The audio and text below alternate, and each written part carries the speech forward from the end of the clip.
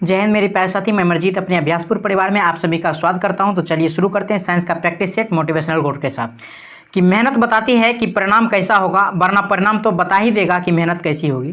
तो इसीलिए मेहनत कीजिए, क्योंकि परिणाम सबके सामने आना है। चूँकि मेहनत अकेले में होती है लेकिन परिणाम सबके सामने आता है, तो इसीलिए अपने मेहनत को बढ़ाइए, परिणाम ऑटोमेटिक अच्छे आएंगे ही आएंगे।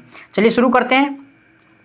आज का पहला क्वेश्चन है कि फेन पलवन विधि का उपयोग अयस्क के सांद्रीकरण, मतलब कह रहा है किस अयस्क के सांद्रीकरण के लिए किया जाता है। तो ये फेन पलवन विधि जो होता है यह सल्फाइड के अयस्क के लिए मतलब कह सकते हैं कि सांद्रीकरण के लिए किया जाता है। तो सल्फाइड इसका सही आंसर हो जाएगा, ऑप्शन नंबर सी सही आंसर होगा। चलिए आगे बढ़ते हैं। अगला क्वेश्चन है कि धातुकरण एक प्रक्रिया है। तो यह धातुकरण में क्या होता है? यह धातुकरण में इसमें अयस्कों का गैल्वीकरण होता है, या लोहे में जंग लगने की होता है, या अयस्क से धातुओं को निकालने की प्रक्रिया होता है, या तनुकरण होता है। तो इसमें ऑप्शन कौन सा हो जाएगा? इसमें ऑप्शन हो जाएगा सी, यानी अयस्क से धातुओं को निकालने की जो प्रक्रिया है उसको क्या कहते हैं? धातुकरण कहते हैं। लोहे में जंग लगना यह क्या है? यह एक ऑक्सीकरण अभिक्रिया, कह सकते हैं कि ऑक्सीकरण होता है। क्या होता है? ऑक्सीजन का जुड़ना क्या कहलाता है? ऑक्सीकरण होता है। इसके बाद अयस्कों का गैल्वेनीकरण, इसको कहते हैं जिंक का लेप करना। क्या कहते हैं? जिंक का लेप करना कहते हैं, गैल्वेनीकरण कहलाता है। ठीक है, तो इस प्रकार से इसमें क्या हो जाएगा। और तनुकरण की बात करें तो तनुकरण का मतलब होता है पतला करना। क्या होता है? पतला, मतलब कोई भी लिक्विड है उसमें क्या किया और जल मिला दिया तो हो गया तनु, हो गया, मतलब कह सकते हैं कि पतला हो गया। ठीक है, तो इस प्रकार से चारों ऑप्शन के बारे में ध्यान रखिए। ऑक्सीजन का जुड़ना क्या कहलाएगा? ऑक्सीजन में जंग लगना, मतलब कहते हैं लोहे में जंग लगना ऑक्सीकरण कहलाएगा। उसके बाद जिंक का लेप को गैल्वेनीकरण कहते हैं, और उसके बाद जाकर के धातुक्रम अयस्क से धातुओं को निकालना धातुक्रम कहलाता है, और तनुकरण क्या होता है? पतला करना होता है। ठीक है, इस प्रकार से चारों ऑप्शन को याद रखिए। चलिए आगे बढ़ते हैं। अगला क्वेश्चन देखते हैं कि टेफ्लॉन खाना पकाने के लिए उपकरणों में एक नॉन स्टिक कोटिंग में इस्तेमाल किया जाता है।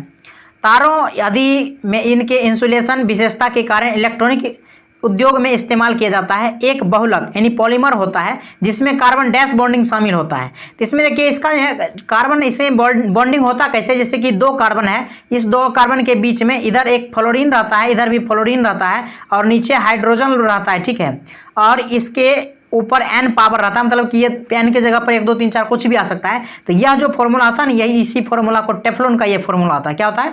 टेफ्लॉन का फॉर्मूला आता है। एक तरह से कह सकते हैं कि इसमें जो बॉन्डिंग होता है किसका होता है? ये फ्लोराइड का बॉन्डिंग होता है। तो इसमें इस प्रकार से ऑप्शन इसका बी सही हो जाएगा कि यह क्या होता है? फ्लोराइड का एक बॉन्डिंग होता है। चलिए आगे बढ़ते हैं। अगला क्वेश्चन देखते हैं। अगला क्वेश्चन है कि डैश पॉलीमर का उपयोग फर्श की टाइल बनाने में किया जाता है।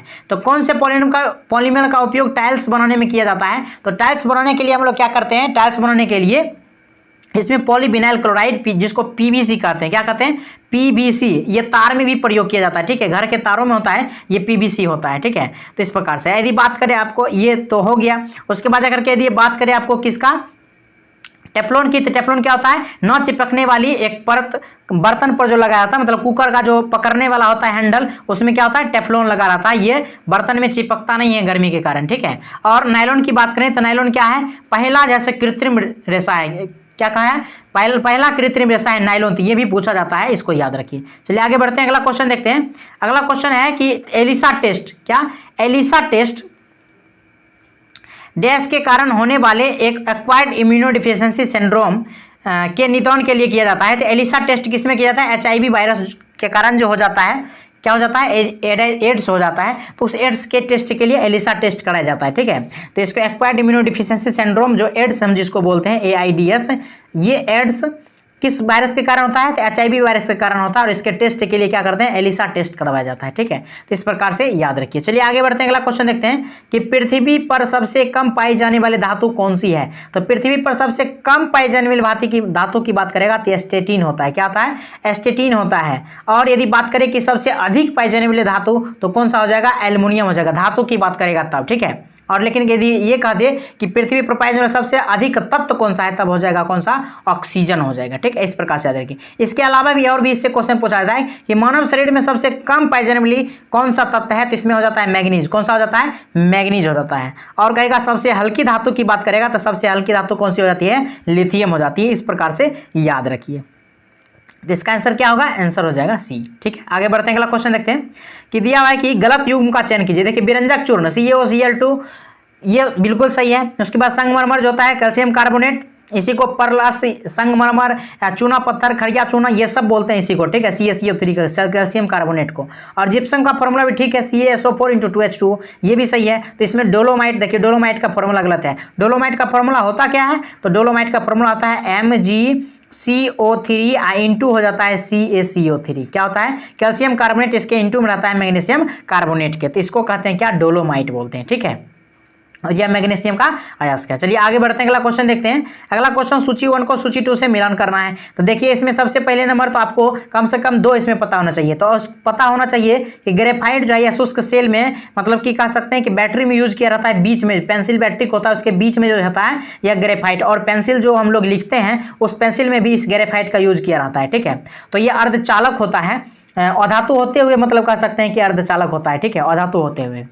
अर्धचालक नहीं कर सकते, मतलब कि ये कह सकते हैं कि विद्युत का चालन करता है अधातु, एकमात्र अधातु जो कि विद्युत का चालन करता है, तो यह होता है ग्रेफाइट। तो ये तो हो गया, यानी कि सी का 1 होना चाहिए। तो सी का 1 देखिए ऑप्शन नंबर 1 ही में है, कौन में है, ऑप्शन नंबर सी में। तो अब इसके अनुसार चारों पता चल जाएगा। देखिए जियोलाइट, तो जियोलाइट यानी 1 का 4 होना चाहिए, तो यानी कि जियोलाइट क्या होता है, जल के शुद्धिकरण में हो जाता है, ठीक है। मैग्नीशियम सल्फेट की बात करेगा तो बी का 3 होना चाहिए, मतलब कि मैग्नीशियम सल्फेट से क्या करते हैं, शोधक करते हैं, ठीक है। और ग्रेफाइट तो हो गया शुष्क सेल, और सोडियम थायोसल्फेट की बात करेगा तो ये क्या हो जाता है, फोटोग्राफी में हो जाता है। तो इस प्रकार से ऑप्शन नंबर इसका सी सही आंसर हो जाएगा। चलिए आगे बढ़ते हैं, अगला क्वेश्चन देखते हैं कि शक्ति का सूत्र क्या है। तो शक्ति का सूत्र होता है कार्य बटे समय। अगर शक्ति के बारे में और भी पूछ ले, यदि फॉर्मूला में क्वेश्चन न्यूमेरिकल पूछ लेता है, तो इसमें होता है mgh अपॉन क्या हो जाता है, टी हो जाता है, मतलब कह सकते हैं mgh अपॉन टी, यानी कि कार्य बटे समय भी होता है। तो कार्य बटे समय यानी mgh अपॉन टी, ठीक है। तो इसमें h बराबर क्या है, h हाइट है, g मतलब गुरुत्वीय त्वरण है जो कि पृथ्वी का 9.8 होता है, और m क्या है, m है द्रव्यमान किसी भी वस्तु के लिए। तो इस प्रकार से हम इसका न्यूमेरिकल भी कर सकते हैं। तो इसका ऑप्शन भी सही आंसर है। चलिए आगे बढ़ते हैं, अगला क्वेश्चन देखते हैं कि मिल्क ऑफ मैग्नीशिया के नाम से जाना जाता है, कौन सा जाना जाता है। तो मिल्क ऑफ मैग्नीशिया की बात करेगा तो मिल्क ऑफ मैग्नीशिया के नाम से जाना जाता है कौन सा, MgOH का होल टेस्ट, मतलब कह सकते हैं कि मैग्नीशियम ऑक्साइड को ही क्या कहता है, मिल्क ऑफ मैग्नीशिया के नाम से जाना जाता है, ठीक है। इस प्रकार से यह आंसर सी सही हो जाएगा। चलिए आगे बढ़ते हैं, अगला क्वेश्चन देखते हैं। मस्टर्ड गैस यौगिक है किसका, तो मस्टर्ड गैस किसका यौगिक है, मस्टर्ड गैस जो होता है सल्फर का यौगिक होता है, किसका, सल्फर का यौगिक होता है मस्टर्ड गैस। इसके अलावा भी यदि आपको पूछ ले कि और ये इथाइल मरकेप्टन जो होता है, इथाइल मरकेप्टन जिसके कारण जैसे LPG गन देता है, इथाइल मरकेप्टन, ये मरकेप्टन भी क्या है, ये मरकेप्टन भी सल्फर का ही क्या है, ये सल्फर का ही कह सकते हैं कि एक तरीके से यौगिक है। तो सल्फर के यौगिक है जो कि क्या करता है, इथाइल मरकेप्टन, ये LPG के सिलेंडर में भर दिया जाता है ताकि LPG, चूंकि LPG जो होता है लिक्विड पेट्रोलियम गैस, उसमें कोई गंध नहीं होता है, वो गंध इससे पता चले ताकि कहीं आग उग नहीं लग जाए, इसके लिए इथाइल मरकेप्टन उसमें मिला जाता है, और यह भी क्या है, सल्फर का ही एक यौगिक है, ठीक है। तो इस प्रकार से याद रखिए। चलिए आगे बढ़ते हैं, अगला क्वेश्चन देखते हैं। अगला क्वेश्चन है कि अधिकतम कृत्रिम तत्व किस समूह में रखे जाते हैं। तो कृत्रिम तत्व की बात करेगा तो कृत्रिम तत्व रखा जाता है एक्टिनोइड ग्रुप में, और रेडियो सक्रिय की बात करेगा तो रेडियो सक्रिय हो जाता है किसमें, लेंथेनॉइड में हो जाता है, रेडियो सक्रिय, ठीक है। और इसके अलावा भी आपको क्षारीय मृदा की बात करेगा तो क्षारीय मृदा धातु, इसको अल्कली अर्थ मेटल कहते हैं, यह जो है वर्ग दूसरा में रखा जाता है, यानी कि कह सकते हैं 2 के ए में रखा जाता है। और क्षारीय धातु यानी कि कह सकते हैं कि अल्कली मेटल की बात करेगा तो यह वर्ग 1 के ए में रखा जाता है। तो इस चारों ऑप्शन के बारे में आप ध्यान रखिए कि रेडियो सक्रिय की बात करेगा तो लेंथेनॉइड हो जाता है, और कृत्रिम तत्व की बात करेगा तो एक्टिनॉइड हो जाता है, क्षारीय धातु की बात करेगा तो पहला ग्रुप हो जाता है, और दूसरा ग्रुप की बात करेगा तो इसमें क्षारीय मृदा धातु हो जाता है। इससे बहुत ज्यादा क्वेश्चन पूछा जाता है, इसलिए याद रखिए। चलिए आगे बढ़ते हैं, अगला क्वेश्चन देखते हैं कि प्राकृतिक रबर में यह क्रियात्मक समूह कौन सा होता है। तो प्राकृतिक, देखिए प्राकृतिक रबर जो है इसका फॉर्मूला आपको याद रखना पड़ेगा। तो इसमें क्या होता है, डबल बॉन्ड होता है 2 कार्बन के बीच में, जिसमें कि और भी इसमें जुड़े रहते हैं CH3, इधर भी जुड़ा रहता है CH3, इधर रहता है एक हाइड्रोजन, और इधर रहता है क्या, CH2 रहता है। और इस प्रकार से इस पूरे को घेर करके पावर n रहता है, यह हो जाता है रबर का फॉर्मूला। क्या होता है, रबर का फॉर्मूला। यानी कि हम कह सकते हैं इसमें कौन सा ग्रुप है, तो यह ग्रुप किसमें है, यह ग्रुप कौन सा हो जाएगा, इनमें से कोई नहीं हो जाएगा, क्योंकि इसमें तो कोई है ही नहीं, क्योंकि कार्बन के बीच होता है तो इसमें कोई है ही नहीं। अगर CHO की बात करेगा तो यह क्या है, यह एल्डिहाइड है, क्या है, यह एल्डिहाइड ग्रुप है। और OH की बात करेगा तो यह हो जाता है अल्कोहल, क्या होता है, ये अल्कोहल होता है, ठीक है। और यदि बात करेगा COOH का तो यही होता है, फॉर्मिक अम्ल में यही ग्रुप लगा हुआ रहता है, ठीक है, जो मतलब चीटी उटी काटता है उसके डंग में पाया जाता है, ठीक है। तो इस तरह का इसका कहते हैं यह क्या है, एसिड है, यानी कि अम्ल है, इसमें यह ग्रुप काम करता है। चलिए आगे बढ़ते हैं, अगला क्वेश्चन देखते हैं। अगला क्वेश्चन है कि एक वस्तु 3 सेकंड में 15 मीटर और 2 सेकंड में 16 मीटर की यात्रा कर रहा है, ठीक है। तो वस्तु का औसत चालता, औसत चाल बटा क्या होता है, कुल दूरी बटे क्या होता है, कुल समय होता है, कुल दूरी बटे कुल समय। अब कुल दूरी की बात करेंगे तो 15 मीटर और 16 मीटर दोनों को जोड़ेंगे तो कितना हो जाएगा, 31 मीटर। और कुल यदि समय की बात करेंगे तो 3 2 5 मीटर, तो कह सकते हैं कि भाग देंगे तो आ जाएगा कितना, 6.20 मीटर पर सेकेंड, ठीक है। 6.20 मतलब 20 तो नहीं बोलते हैं इसको, 6.20 मीटर पर सेकेंड बोलेंगे। ऑप्शन नंबर बी सही आंसर हो जाएगा। चलिए आगे बढ़ते हैं, अगला क्वेश्चन देखते हैं। अगला क्वेश्चन है कि ये जो दिया हुआ है इस फिगर में निकालना है क्या, धारा का मान निकालना है। तो देखिए ये जो है ये दोनों, यहाँ पर कोई चीज ABCD कुछ नहीं लिखा हुआ है, इसका मतलब है कि इसको पूरे को यदि सीधा करेंगे तो ऐसे सीधा बन जाएगा। और यहाँ पर कह सकते हैं कि ये जो जब समांतर क्रम में जोड़ते हैं तो 1 बटे करके 1/r करके जोड़ते हैं, लेकिन ये श्रेणी क्रम में क्या होता है, डायरेक्ट जुड़ जाता है। 4 2 कितना हो गया, 2 2 4 हो गया, तो 4 हो गया। अब देखिए यहाँ पर एक ऐसे करके बन गया और दूसरा देखिए यहाँ पर जो है यह ऐसे करके बन गया। तो अब यहाँ पर तो 4 एम्पियर हो गया और यहाँ पर क्या हो जाएगा, यहाँ पर 2 एम्पियर हो गया। तो हम कह सकते हैं कि इस दोनों को जब समांतर क्रम में जोड़ेंगे तो यह 1/4 प्लस 1/2 और इसको पूरा करेंगे तो कितना आ जाएगा, 4/3 आ जाएगा आर के बराबर, ठीक है। और इसमें क्या, इसमें वोल्ट कितना दिया है, 2। तो हम कह सकते हैं कि आई बराबर क्या होता है, V/R क्या होता है, V/R। अब वोल्ट दिया होता है हमको 2 और आर का मान है 4/3, तो हम कह सकते हैं कि 4 नीचे और 3 ऊपर जाएगा। तो 3 दूनी 6/4, 2 काटेंगे 2 दूनी 4, यानी कि 3/2 आ गया। 3/2 का मतलब हो गया 1.5। ऑप्शन नंबर ए इसका सही आंसर हो जाएगा। इस प्रकार से इसको बनाना है, ठीक है। आगे बढ़ते हैं, अगला क्वेश्चन देखते हैं। अगला क्वेश्चन दिया हुआ है कि 2.8 ग्राम वजन वाले लोहे के टुकड़े में आयरन के परमाणुओं की संख्या। देखिए परमाणु की संख्या को निकालने के लिए सबसे पहले आपको आयन की संख्या निकालना पड़ेगा कि कितना आयन नहीं जबकि मोल की संख्या निकालना पड़ेगा कि कितना मोल है इसमें मौजूद। तो मोल बराबर होता क्या है, दिया गया द्रव्यमान बटे आणविक द्रव्यमान। तो दिया गया द्रव्यमान कितना है, 2.8 है। और आणविक द्रव्यमान लोहा का कितना होता है, तो लोहा का जो द्रव्यमान होता है ये परमाणु क्रमांक 26 और इसका जो द्रव्यमान होता है या द्रव्यमान 56 होता है। तो कह सकते हैं कि 2.8/56। इसको काटेंगे तो दशमलव रहेगा तो नीचे 0 आएगा, 28 दूनी 56 निकाल सकते हैं, 1 बटे कितना आ जाएगा, 1/2 आ जाएगा, ठीक है। तो इस प्रकार से 1/2 आ गया। अब इसमें क्या हो, 1/2 क्या आ गया, इसमें मोल आ गया। अब 1/मोल आ गया 1/2, यहाँ पर 1.2 नहीं आना चाहिए, यहाँ पर 2.8 नहीं आना चाहिए, यहाँ 28 ग्राम होना चाहिए था, ठीक है।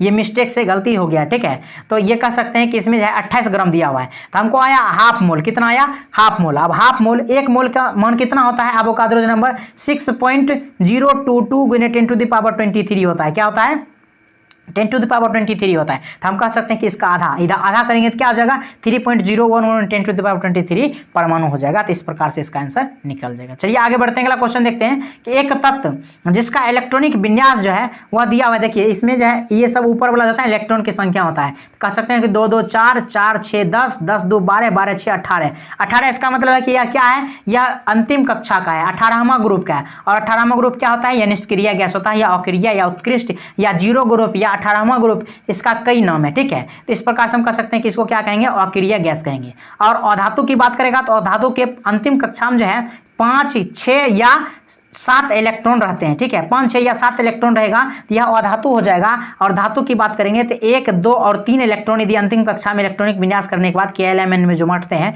तो उसमें आएगा तो धातु हो जाएगा। और उपधातु की बात करेंगे तो इसके अंतिम कक्षा में 4 इलेक्ट्रॉन रहता है। तो इस प्रकार से याद रखिए, अक्रिय गैस के अंतिम कक्षा में 8 इलेक्ट्रॉन, और धातु में 5 6 या 7 रहेगा, धातु में 1 2 या 3 रहेगा, और उपधातु में क्या रहेगा, 4 रहेगा। तो इस प्रकार से आप पहचान कर सकते हैं इलेक्ट्रॉनिक विन्यास करके किसी भी तत्व का, ठीक है, कि वह धातु है, अधातु है या उपधातु है, कि अक्रिय गैस है, क्या है, ठीक है। इस प्रकार से इसको ध्यान रखिए, हमने जो आपको अभी बताया है, ठीक है। आगे बढ़ते हैं, अगला क्वेश्चन देखते हैं। अगला क्वेश्चन है कि 40 kg भार वाली लड़की 4 सेकंड में 5 मीटर तक ऊंची होने वाली सीढ़ियों पर तेजी से चढ़ रही है, तो उसके द्वारा विकसित शक्ति क्या है। शक्ति यानी कि P बराबर क्या होता है, तो P बराबर क्या हो जाता है, तो P बराबर आपको फॉर्मूला याद रखना है। कौन सा फॉर्मूला याद रखना है, तो P बराबर होता है mg, जो हमने अभी बताया था, Pmg/T। तो आप देखिए इसमें द्रव्यमान दिया हुआ है 40, और G का मान ले लेंगे 10 क्योंकि इसमें दिया नहीं है, 9.8 रखना है। और इसमें जो है H का मान कितना दिया है, H का मान दिया हुआ है 5 मीटर, और 5 मीटर दिया हुआ है। और उसके बाद बटे में कितना करेंगे, 4 सेकेंड। तो 4 करेंगे तो 4 से ये 4 से कट जाएगा तो 10 जाएगा, यानी कह सकते हैं 100 500,